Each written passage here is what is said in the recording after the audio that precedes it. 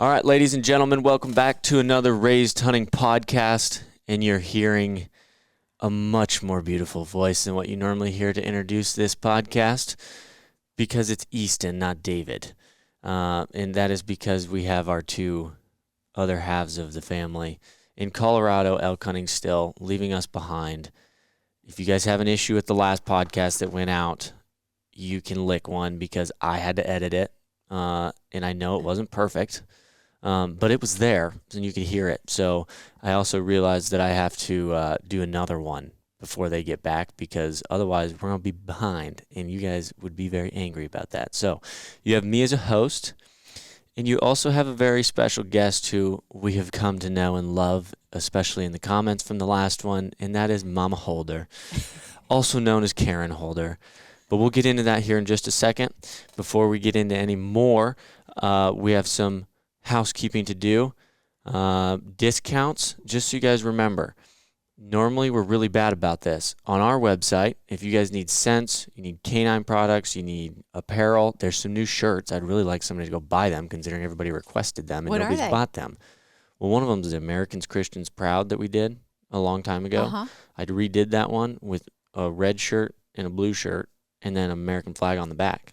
It's pretty slick. Well, I haven't even seen them. Well, I don't have them in right now. So what we're doing is some of our new designs, we can put them on the website and they get printed on demand and shipped. Oh, gotcha. Yeah, and then as long as they sell, we'll bring them in. But for this exact reason, people request things and then don't buy it. Yeah. So anyways, so there are a couple apparel things on there. It is almost October. If you're hearing this, it probably will be October potentially. Or I guess like a day before. Scents are going to go fast. We're in our fifth year, and never once not sold out. So if you have not gotten your scents, you need to get them quickly. The discount code on our website, raisedhunting.com, you can get it anything 15% off because you're our podcast listeners, and we appreciate you. It's RHP Crew 15. And then the second plug I want to give is one that I just put new strings on my bow the other day. Not the best timing to do so. But let me tell you, I have not put strings on my bow in a hot minute and felt like, holy crap. These feel good. The timing was good. The back wall and everything still felt good. And quiet. Like the quietest strings I've ever shot. I did not think I would ever say that about strings because I don't think you can notice that big of a difference. It was a night and day difference from my old strings to these strings. And these ones are new. Warren's been shooting for a year or two. I've just put mine on, but they're dominant strands, which Lewis is great enough to give you guys a discount. We don't earn anything, so don't think that we're doing anything here. But if you go to Dominant Strands, you can get yourself new strings. Whatever ones you need for your bow, they'll get you taken care of. And use Raised 10, you get 10% off, all caps. So without further ado, I have a question for you. Yeah. It's okay to give a discount and make money. We don't make any money on this one. Oh, well, you act like it's a bad thing. No, yeah. Hey, in the comments, they might let you know, because if you watch on YouTube, there's so many people that do this now. Like, we've been doing it for 15 years, whatever, but now that it's become so streamlined for everybody to post videos, go hunting, like the amount of people that are filming their hunts in general is like skyrocketed, which I think is pretty cool. But everybody just wants free stuff, which we know that firsthand. Yeah. But they want free stuff and they want to make something. So people get so irritated when every video opens up on YouTube, whatever else. Oh, with an ad. Yep. Hey guys, I'm sponsored by this. If you use my code, go get it. They make money. I make money. Whatever. Yeah. It's just they're inundated with it. So I think it's pretty refreshing. Our podcast, everybody loves that we don't have just freaking ads everywhere. The only time we are throwing something in there is if they're getting something. So I like that. But that's a background as to, I think it's, maybe they'll correct me, but I think that's partly why, because it's everywhere, no matter where you go. Let alone you just monetize something on YouTube and you get all kinds of ads throughout the video that aren't even theirs. Yeah. So I have to admit, when you are watching something serious, you know, over the last couple of weeks, we've had some serious things happening in our nation, and it is annoying in the middle of something serious to have an ad pop up. It kind of kills the momentum of what's being said. Any of the Charlie Kirk stuff I thought was ridiculous. I was thinking the that's same exactly exact thing. I was thinking. watching stuff, and then it's like, man, this is tugging at your heartstrings. And then, hey, you should go buy this dog food because it's so much better for your dog. It's definitely misplaced, in my opinion. But I understand both sides of it. But I did notice that last week as you're trying to get information and you're trying to learn and you're trying to find out what's happening out there, and then an ad popped in the middle of it. That was rather disappointing, but very annoying. Anyway, so well, I do this is good too because I have my computer here, just beautiful. I feel cool, but I have it because anything you guys submit on the website now, I now have on my computer much easier. I don't have to print things off. I don't need to use my secret binder. So I do have some stories. Stay tuned. I'll read one or two at the end of this one after we get through with old mama, which is refreshing. We haven't had stories in a little while, but I'm getting organized. I'm getting better. So I just want to start with my perspective of my mother briefly. So I've grown up with my mom around. Obviously, I've had a very good relationship with my mother.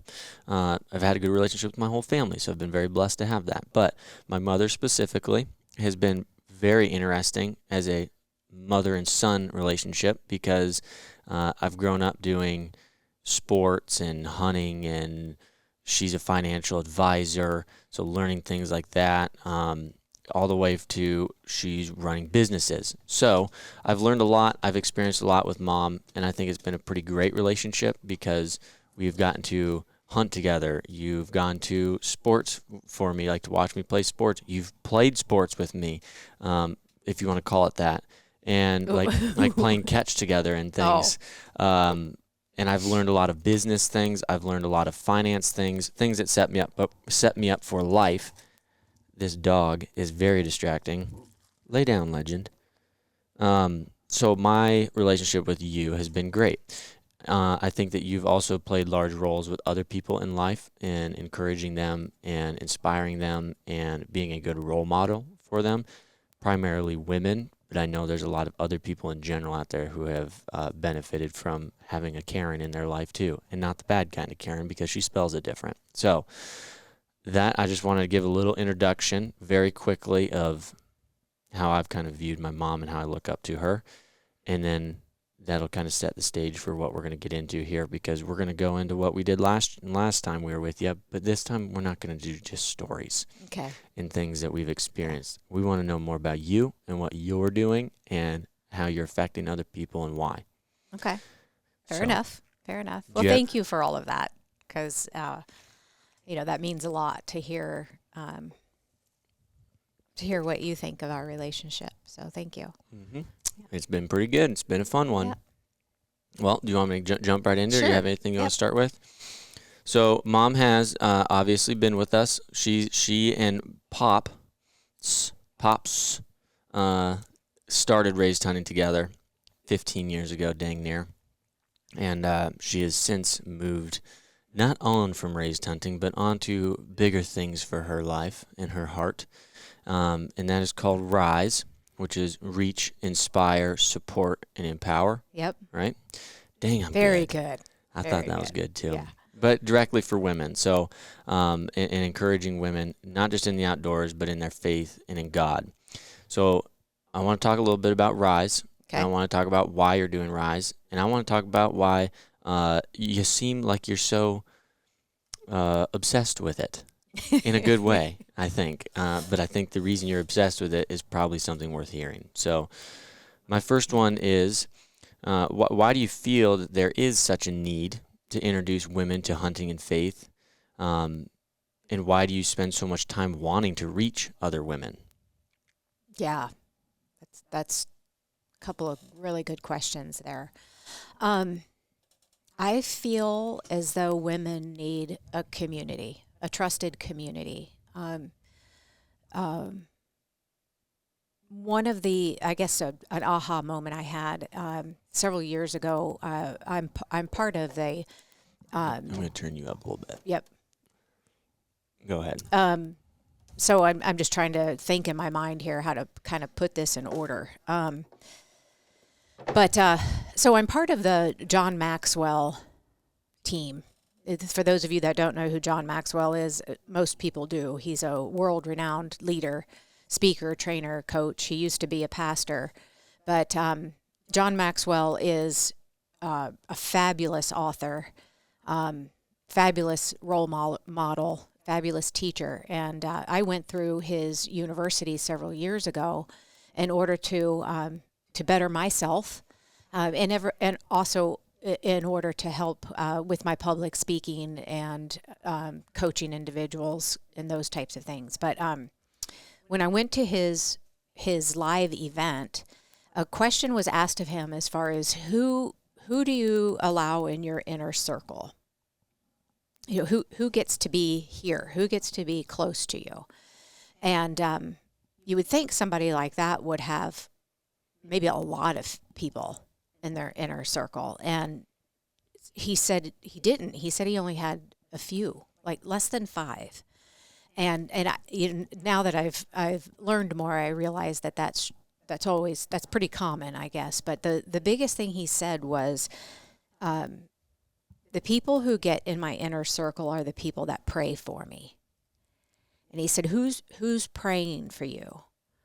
And at that particular time, that was just a shocking comment to me, because I thought, who's praying for me? I don't know. I don't know who's praying for me. And at that particular time, I could confidently name one person, my dear friend Lori. Lori Nordstrom Snyder is one of my dearest friends, best friend, and one of our biggest things that we have in common is our love for Christ, our love for Jesus. And I know she was somebody that prayed for me. And and genuinely pray for you. Yeah. That is a completely different type of a relationship. It's a deeper relationship. And I believe women need that. We have our kids, and we have our spouses, and we have our family, and those people are very important to us. But we also need another female that gets us, that we can be in community with. We can pray for each other. We can remind each other to pray first before we, get angry, or before we make a decision, or, kind of keep each other in check. And so I found that I needed that in my life, wanted that in my life, because there's some things you don't need to bother your husband with. You don't. I know that they're there for you to listen, but they don't want to hear all the details, and Yep. They just kind of like get to the point. At least that's.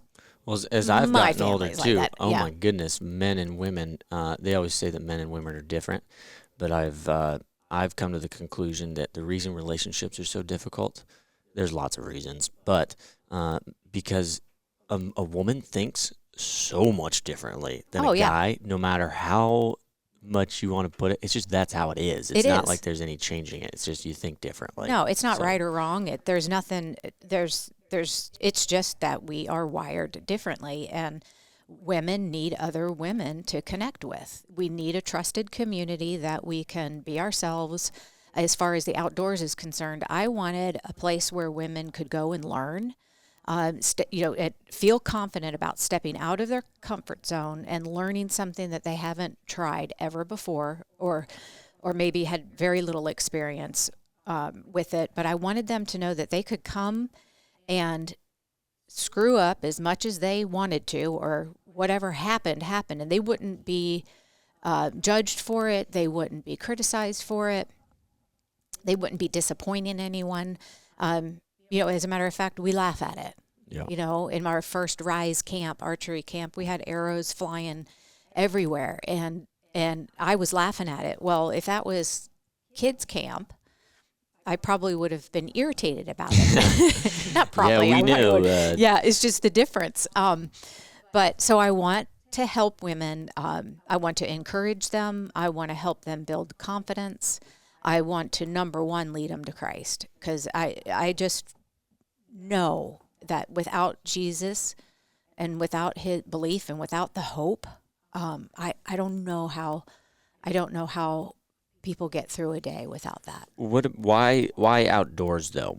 There's so many other things that women can get connected with. There's so many things that they could go do or enjoy with each other. I feel as though that's a pretty tough one, especially for women who haven't been involved in the outdoors. So Yeah, why that's have a you good picked question. the outdoors? That's a good question too. I have always been someone who has loved nature. You know, growing up, we had well, number one, I played outside all the time, but we owned a place up in the mountains, in the Blue Ridge Mountains in Virginia.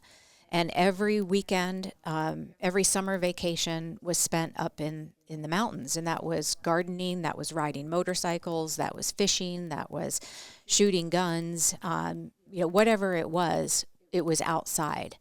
And I remember some vivid memories of going down to what we would call the Big Bridge. We had two little creeks that ran through our property. My brother owns this property now and still has it and has made it even nicer than it was before. But we had a big creek and we had a little creek before you got to our little cabin. And meaning my sisters and I, we would go down to the big bridge that went over the big creek, and we would just sit there on the bridge, dangling our feet and listening to the water. And I just remember that and looking at the little minnows. Sometimes we would see snakes. I mean, you just see all kinds of wildlife. And I just remember how good that made me feel. And so therefore, nature has always been a place where I've always felt good. I always felt like I could get closer to God. I could see his creation. I mean, in absolutely everything. It doesn't matter what you're looking at. God created it. Yeah, I think it's a good place to get connected with everything, to reset. Yeah, it's the fresh air. It's breathing in all of those different scents. It's getting that fresh air, filling your lungs, cleaning out the cobwebs is kind of the way I like to put it. And so getting outside, I feel, is extremely important for a person's health. Yep. Mental health, physical health, your whole being. And so for me, I want to provide, especially for those women that don't have an opportunity to really get outside. There's a lot of us that live in cities or live in neighborhoods, and you don't get to see what we get to see every day. You don't get to hear owls hooting at night. You don't get to hear coyotes howling. You don't get to see the birds and the deer and the cornfields and the mountains and the birds. And I mean, all of those things are just things that maybe are taken for granted, but are just so refreshing to the soul. So they're definitely taken for granted, because even you just saying that stuff, it's an everyday occurrence for us. Oh, yeah. And it's things that I love. Granted, when I hear a coyote howling, it irritates me. Most Right. people would be like, oh, nice. I haven't heard one of those in the city. I normally hear a freaking car driving by or something. Yeah. I mean, it's things like that I realize that not everybody gets to experience. And I think that, if we can share what we have and provide them an opportunity to go try it and go, experience something new, I think that it's transformational. Yeah. Yeah, I definitely feel as though it's something changes within you, and I feel like, you go back home or go back to work better than when you left. Yeah. So what? I think that part of I think there's many hang-ups, and maybe I'm wrong. I don't know, but I don't know how many. I don't think it's very common for people to be like talking to women, trying to get them to go hunting or to go do something in the outdoors. And I think that there's many things that keep that back. One I would say is cultural differences, or traditional differences. The women weren't typically known for being hunting. I think as we've progressed through the world, I think we've had a lot of progressive things that have happened in the world. Some good, some bad. One of the good ones I think has been women can be hunting. And it's not like you're just some tomboy or something now. Like the amount of women I think is spiked significant. Actually, I know it's spiked. Oh, it's grown huge. It's grown, I think there are some fabulous women in the industry that have led that charge. I specifically led the charge of you can still be feminine and be a hunter. Yep. When I first started hunting, a long time ago, there wasn't clothing manufactured for women. There weren't bows, the right size for women. Nothing was for the female. And so everything that we needed to do, I needed to alter male clothing to fit me. Or That's not a good one. yeah, That's a bee. Looks like a or hornet. hornet. Yeah, you can stay over there. Anyway, the amount of women that were participating in the hunting, maybe there was more than we realized, because at that time social media wasn't like it is now, and the internet wasn't as a part of our everyday life as it is now, and those kinds of things. But it definitely wasn't as accepted and normalized as it is today. Yep. I think that hunting was really known as a guy thing, and as a matter of fact, I didn't hunt as a kid. I fished. I mentioned that earlier. I fished and I shot guns, but my father wasn't one to cultivate a female hunting. That would be the definition of what I'm referring to, Yeah. as far as women aren't supposed to hunt. Yeah, it was, in that generation, it was, the women didn't hunt. They stayed home and they, prepared dinner. They, got things ready at home, and they did all of those kinds of things, and the guys did the hunting. Yep. And so that's the kind of life I grew up in. And so hunting actually was not an option for me. But like I said, I was able to shoot. I was able to learn how to, do things outdoors. And it just, I don't know that it was actually even something that I pressed. It was just kind of a known thing. And, just didn't do it. And then when I started dating David wanted me with him. He wanted me to go along. He chose me to go with him rather than going with the guys. And that was not the norm. That was definitely not what most people were doing. But, I'm blessed that he wanted me to be with him. Yep. And so I just started going with him and started really loving the time that him and I had together. And so then I took up hunting myself. What you just said though is kind of crazy, because you had your husband who was pushing you to be there, and yet there's so many other people that I guess if just to call them out, I mean, there's plenty of men that I will talk to that flat out don't want their wife to hunt. They don't want their wife to go hunting with them. What is your opinion on that? Right, wrong, or what do you have to say about that? Well, each to I his own, I guess. I have a little bit of perspective on that as well, but I've never experienced that personally. as far as somebody not wanting you to go, or somebody telling you that they don't want their... Oh no, I've heard that a lot. Yeah, I've heard that a lot. What I'm saying is that my experience is that I've had a husband that was very supportive of me being there. Now I've also been in camps where others weren't very supportive of me being there. Yeah, a female being there. I've definitely experienced that. But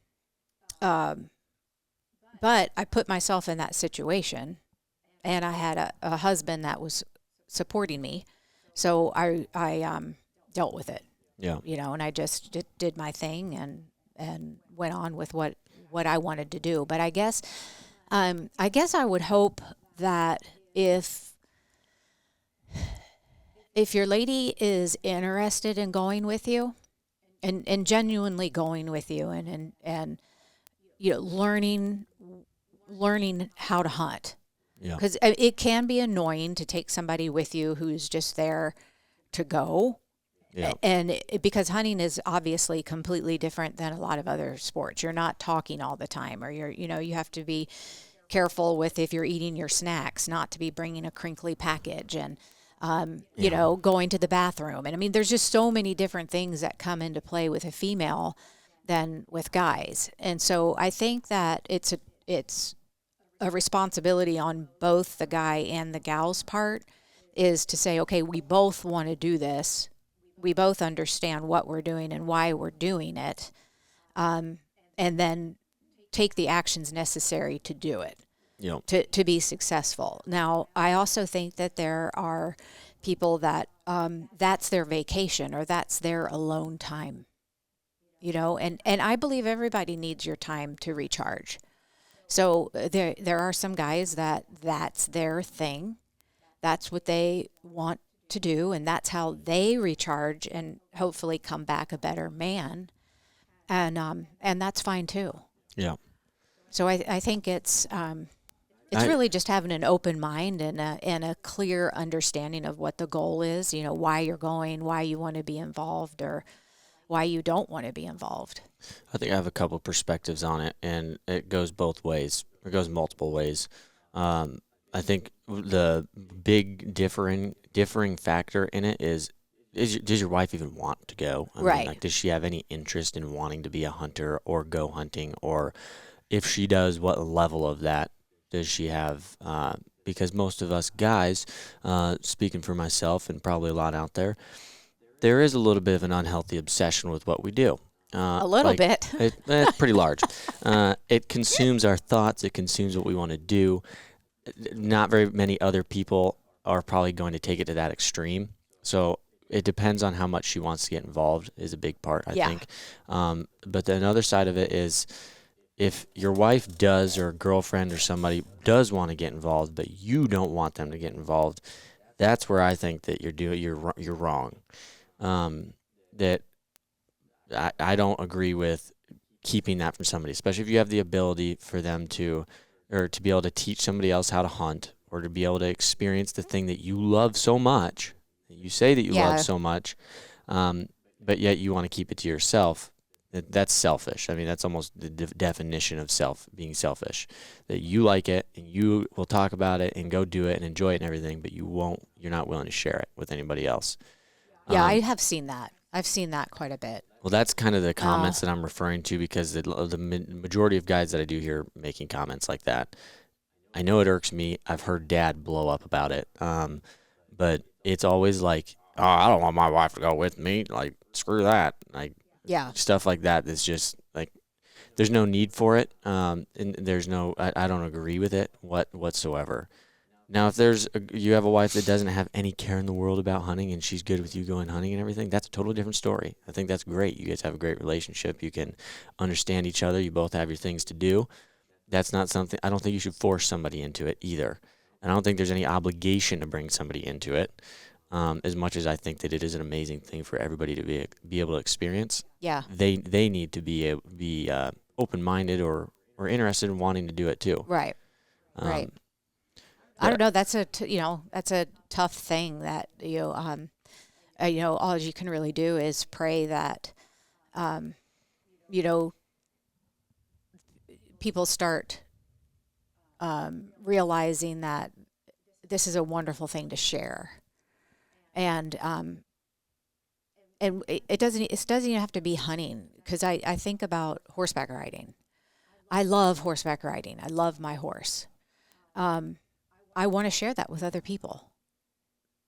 It's just natural to me. I believe that's part of human nature, is when you are enjoying something and you love it, you want to share it with other people. And I think that's what we have to do, is just, continue to encourage and show ways that, hey, don't be afraid to share this with somebody else. Yeah. And David has always said, he has always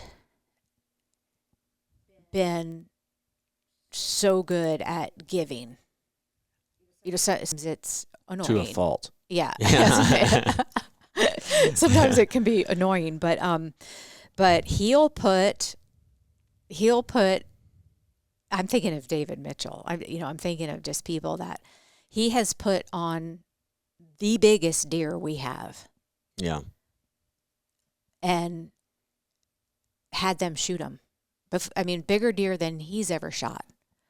We are not the family that is lucky and is surrounded by 200-inch whitetail. Yeah. I mean, that's just We sure try. we That try just does not happen. we try hard. But I will tell you, David and I came from Virginia.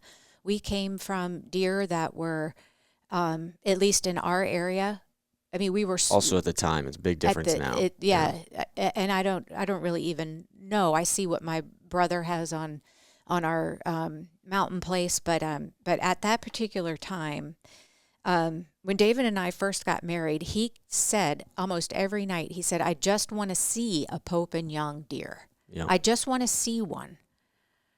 And so we came from a place where, spikes. There were spikes, little forked horns, little deer. And if you saw a good antlered buck, it was rare. Yeah. Okay. And so to us, what we see in Iowa and what it's still to this day, I'm just in awe at what we see every year. Because it's like, I never believed that really existed. Yeah. And so coming from where we came from, where we didn't think that we'd ever have an opportunity to see a Pope and young deer.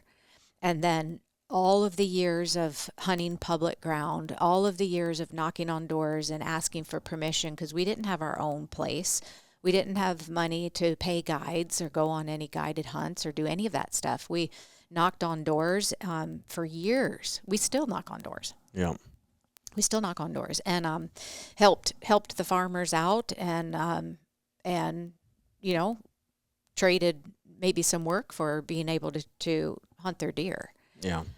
And so I don't remember your original question. We're past it, but to carry on with that, I think that we're talking about what men or how men will sometimes keep their women from doing certain things.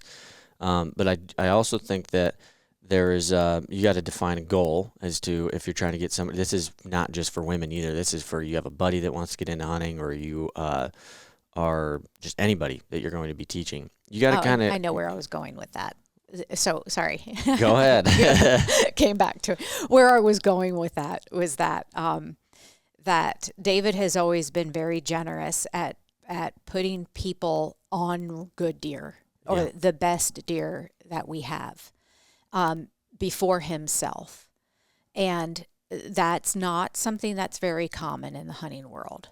Okay. And so, at least that I've seen, I'll just state that I have seen that when, a lot of times when you find a big buck or you have a big buck, you're keeping that information to yourself. Yeah. And David has always been rewarded. That's not the reason why he does it. He does it because he's sharing and wants to see other people be successful. But then he's always, the Lord doesn't return void. When you send out a prayer, you get something back. Yeah. And I feel like when you give, you get something back. That's not the reason why you do it. It's just it's the law of nature. So I believe that if some of the people that are resistant to sharing hunting with their wives or with anyone, if they were to try it and genuinely give, I feel like they would get back more than they gave. Yeah.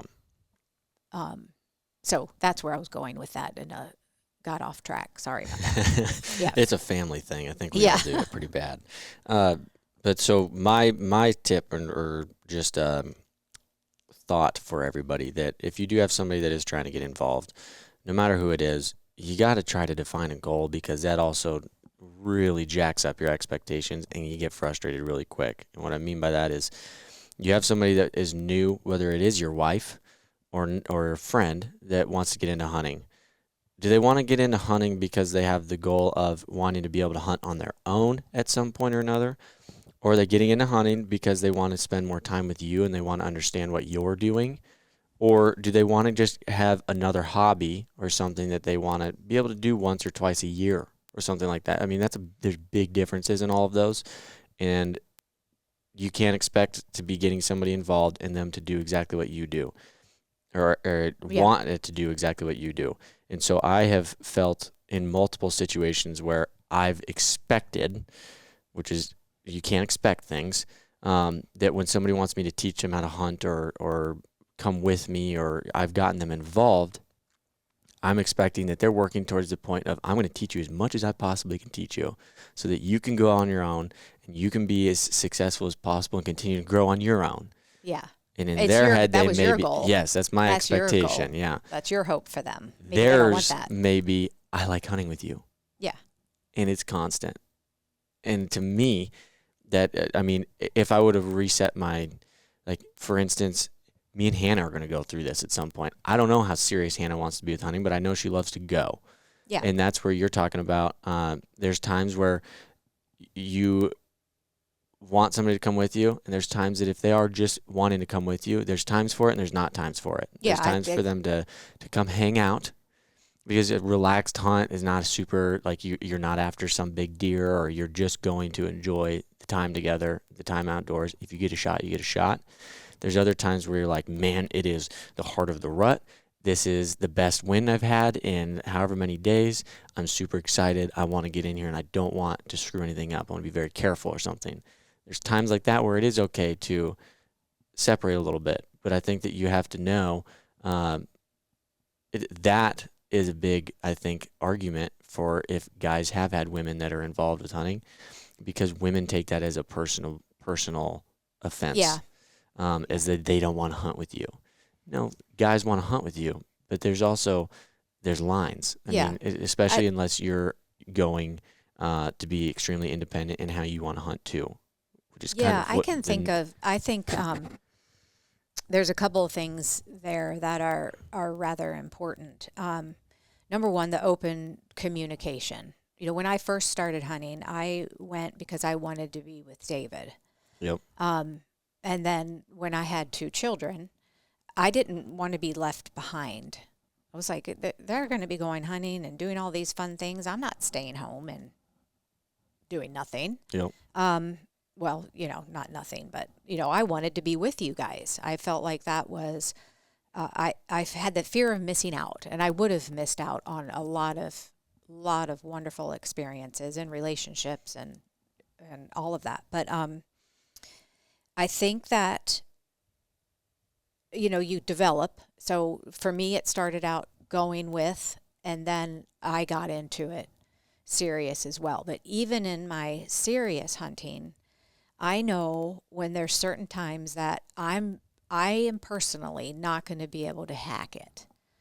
So when it's sitting in a tree stand, and I'm just being completely transparent here, but you're sitting in a tree stand and the wind is blowing and it's 5 degrees. Mm-hmm. I can't handle it as long as you guys can. My body doesn't take it. It's your mind. And well, that too. But and then the other thing too is, here we're blessed with sponsors and the best clothing and, the best things that you can have hunting wise. A lot of people don't have that.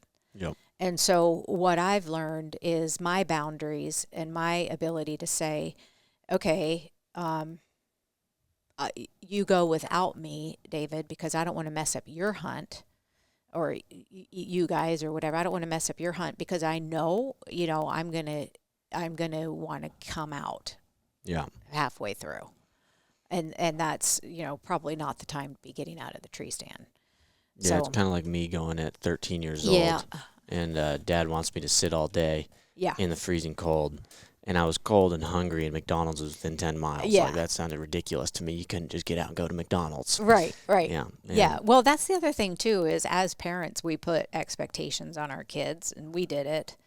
I'm going to pick on David. David did it. Yeah. He's not here. Can't defend himself. He can't defend himself. No, but we don't want to ruin it for our kids. Yeah. So forcing them to stay in a miserable situation all day is not the good thing to do. In all fairness, he did. I had to convince him. Yeah, but he let me get out. But you're still hearing it today. Oh, I do still hear about that. it today. Yeah. But to me, and the reason I hear about it so much for backstory for everybody is just because it was the 2 biggest deer on that entire property, and also fresh to Iowa. Like, it was nuts. for us to Yeah. be seeing what we saw.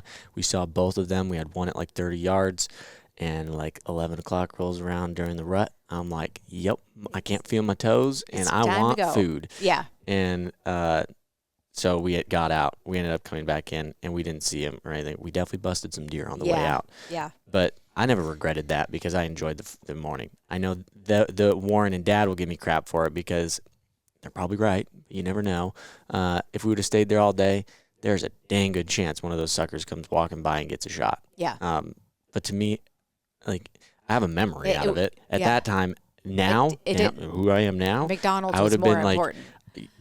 I'll go a couple days without eating. Yeah. And I'll stay if Yeah. there's that much to be had. Yeah. But so that a lot of this, what we just talked about, though, circles back to kind of why I wanted to ask some of the questions, and that is because there's a value in hunting, whether you're a woman, whether you're a man, or getting others involved. There's a value in hunting. There's a value in the outdoors, and there's a connection between the outdoors and God and our religion, our faith, in our souls to make us better people and to feel like we have a more positive life and can live a better life. But everybody has different ways that they need to be able to get involved or could want to get involved with that, and to whatever magnitude or level that is. Some guys, it is unhealthy obsessions of having to hunt every single day and never stop thinking about a big antler. For some people, it may be just a one weekend type of thing. And then others, it may be similar to like what you guys do, where you want to get women connected with women. And it may not be a hunt that you're going to have to go be miserable with. You could be going pheasant hunting. You could be going dove hunting.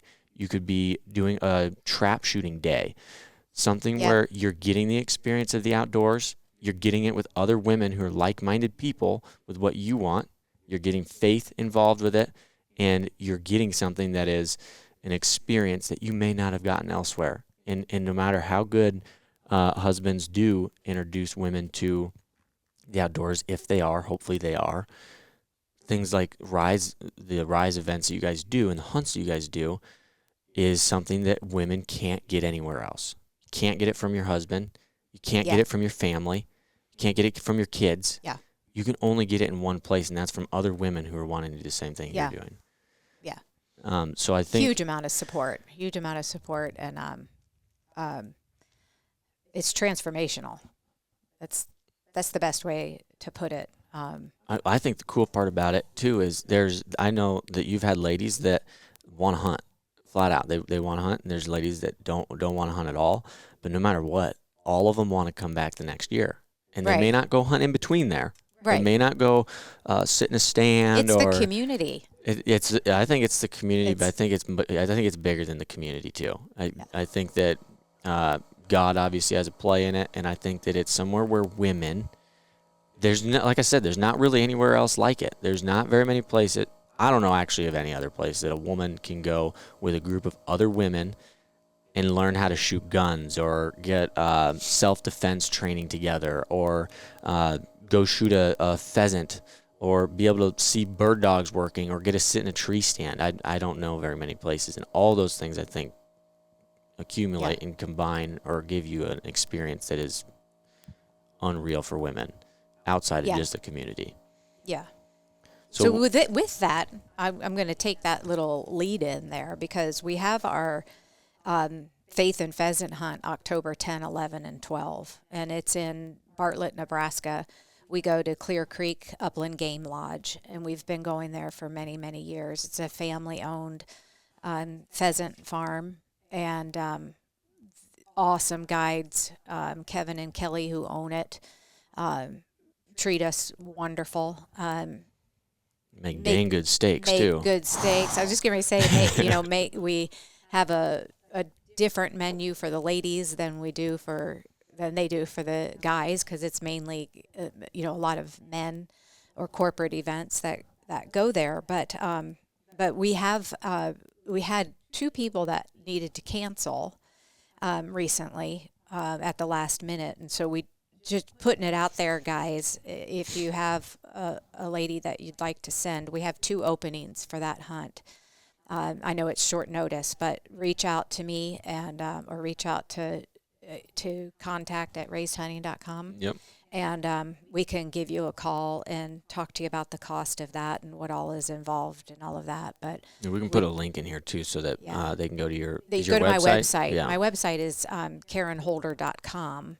But you'll see that Rise is the name of the website, and then we also have a registration on there. And the cost of the hunt is $1,100, and then you got to buy your Nebraska hunting license as well. But that's all included. That's 3 days, you do isn't it? for 3 days. Yep. Two hunts. That's all your food, that's your lodging, that's your guide, that's the hunt itself. We do ask that you bring your own ammo. So we talk about that, which you'd want to bring your own gun and ammo anyway. But if you don't have a gun, we can get one for you. And we got plenty we can dish But out. yeah, so we do. There's some skill training involved there, making sure you're set up and shooting your gun well. Not everybody needs that. Some people do, some people don't. And that's the beauty of it, is that this is appropriate for any level. I mean, we have some ladies there that are expert hunters, and they really come for the community. Yep. And then we have some brand new hunters. And then we have some ladies that just want to shoot trap. They don't want to shoot a bird. Yeah, I was gonna say, I think some people just come to hang out too. Yep. And get the experience. But all of that's, you guys are doing like Bible studies and stuff throughout too, aren't you? Yep. Yeah. So we take a theme that I build a curriculum, and it's not, I'm not using a book. It's original content that I create based on what I'm feeling, what I feel like the Lord is saying to me, what I feel like the Lord is saying that women need. Yep. And I just build that curriculum, and then we go through that during the weekend. Yeah, that I've only been to one or two of them, and not to go be a part of them. You film Mother them. asked if I could go take photos and videos, and they have been some of the most fun I've had, just because it is, oh my gosh, it's hilarious, and not in a mean way either. When girls get together, or women get together in a place where they know they're safe, Yeah. it is freaking amazing to just be a fly on the wall, because they just let loose with each other. Yeah. And I can speak for it just to that aspect, and from what I've heard from a lot of ladies, that it really has been life-changing for a lot of people. Yeah. I also think that you men, just throwing it out there, what did you say, October 10th? October 10, 11, and 12. So that's a Friday, Saturday, and Sunday. And I want to thank the men out there, because a big portion of the ladies that get involved in Rise come because their husbands said, hey, check this out. Yep. And I was talking to somebody earlier today, that a gentleman that he recently went on a fishing trip. Sounded like a lot of the same goal as what Rise is, but he went with guys on a fishing trip to Canada, and came home. And when he came home, he was thinking, and it was faith-based as well. But when he came home, he was like, gosh, I really wish there was something like this that my wife could go to.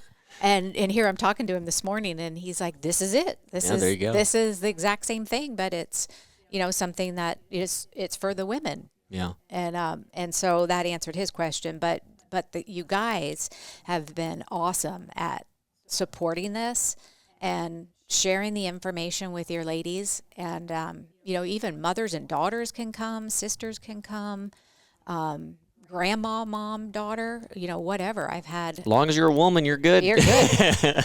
You're good. I've had everything from 23 to 73. Yep. So I think it's I have found it very interesting, because I have heard the stereotypes, just being around men long enough and hunting long enough, of or the comments about guys not wanting their wives to hunt. But I was also shocked when you started doing all this, the amount of women that were saying, well, my husband signed me up for it. He thought this would be a really good thing for me. yeah.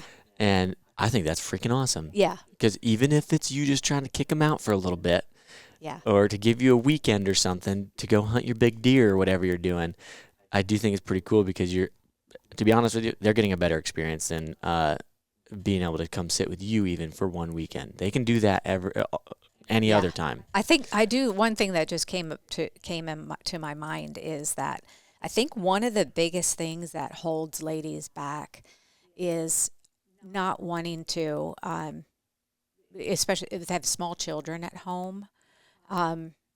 They need to know it's okay to leave. I don't know why this is this way. I mean, when it's kind of funny when women leave, it's like dad's babysitting. Well, dad's not babysitting. Dad's dad. Yeah. And so I think the women need to feel confident that they're not, dumping the kids on dad. He gets to have a weekend with the kids where, maybe they do go to McDonald's more than they should, or maybe they get ice cream every night, or, maybe they get to do some of those things. I know David would do that with these guys. He'd say, let's go to Dairy Queen, and come back and, that's what they've had for a meal all weekend. That's okay. You're going to survive. So he's the reason I became lactose intolerant. Yeah, not me. Yeah. I had nothing to do with it. Yeah, I'll blame him for it now. Yeah. Well, I think that's, I hope that there's some value that we could provide there. I want to do that because I've felt as though what you're doing is very good for women, and I also feel as though that our audience, surprisingly being male-dominated, likes to hear about this type of thing. And I think it's becoming a lot more accepted to just be more accepting and having women involved and wanting your wife to be involved, and it doesn't look bad on a girl to go hunting anymore. No, I think it's a good thing. And definitely think there's been a shift. Some things that I'm thinking of doing is eventually offering a couples retreat. Yeah. And so if the gals come to a Rise event and get that foundation, and then we have a couples retreat, how fun would that be? I think that would be a lot of fun. I mean, that would be a blast to have 8 or 10 couples there, and we're pheasant hunting together, and we're learning about Christ together, and we're having some quiet time, and we're laughing, and we're building our relationships, our marriages, our friendships, our relationship with Christ, relationship with the outdoors. But that's definitely something that David and I have talked about doing. That I think that I don't know. You guys tell me in the comments. Tell me if you're interested in that. If nobody's interested, we won't do it. But if you are, we definitely have been thinking about doing that. And but along with Rise, like I said, we do events. We have a Bible study every other Monday night. I'll be adding other webinars and informational workshops. One of the workshops I offer is Women, Wealth, and Wisdom. And that's really incorporating biblical wisdom into your financial household and just your life. And I have wonderful information about that kind of thing. So, well, heck yeah. Thanks for having me. Yeah, it's no always problem. fun. If you want, I'm going to read a story. Okay. I haven't pre-read it. I don't have to pre-read them anymore. I just get them sent to this thing, and I can read them. If you have a wacky fact that you'd like to share while you're at it, or if you think about it, yeah. All right, yeah, if you guys want to submit these too, you can go onto the website, go to Contact Us, and then click on the podcast request or submit a podcast request, and then it gives you a whole sheet. You can select whether you want a topic, question, land breakdown, story. But today's, we are reading a story from John White. He said, "Hey guys, I wanted to say thank you for all the content that you put out. I met you guys at the Illinois Deer and Beer Fest. After a short conversation, I started listening to your podcast. Then I listened to your book, I'm Sorry About Your Brother." Oh, he's referring to Pops. So do we have the audio book? Yeah, we do have the book one is on audio. I didn't know. I thought it was only on the actual book. Okay. Yep. So Raised Hunting, True Stories of Family, Faith, and Hunting is on audio. I'll have to make sure Dad hears this one. So he said, "I'm sorry about your brother. My brother passed away September 19th of 2016. I know how hard it is to lose someone that is that close to you. I haven't tried your scents yet, and I don't have the funds yet for it this year, but I plan on trying them next year. Thank you for all the content you put out. I will forever be a fan and a follower. Good luck this season. Shoot straight and God bless. Attaches a photo of my brother and I in the first buck that he shot. P.S. Oh, he's got you covered, Ma. A wacky fact for you. About 7% of Americans think chocolate milk comes from brown cows. No way. What, 70%? 7%. 7. Oh, my. Our education That's system okay. is failing us. No, there's a lot of people that believe that animals aren't harmed when you buy meat at the grocery store. That doesn't mean it's okay. That's just arrogance. That's what I'm saying. I'll give him because I would not have thought that would have been more than like 8%. Like maybe young kids think that still. Brown cows. Oh my gosh. Oh boy. That is too funny. I think one of the best comments I ever had was that I said if you ever want strawberry milk, you just got to hit a white cow and you'll get strawberry milk. Oh gosh. No.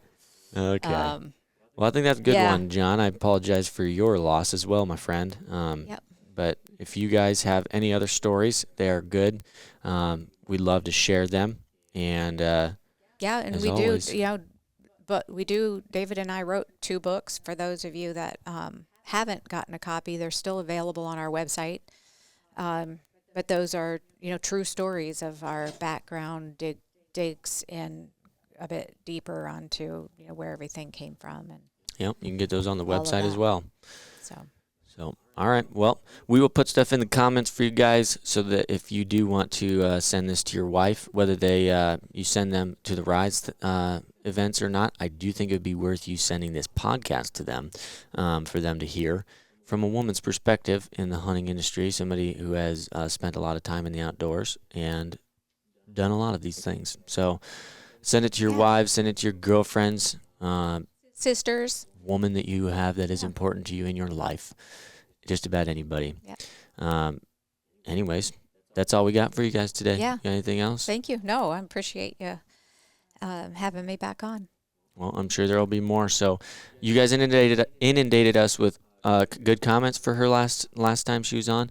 Next time, please continue to give us good comments, but send us questions. Yeah. What are things you what want do you us to want to go know? more What do you into? want to hear? Yep. And just from her specifically too, and we'll keep those notes. And next time she's on, we'll talk about them. So, all right. Thank you guys very much. We'll see you on the next one.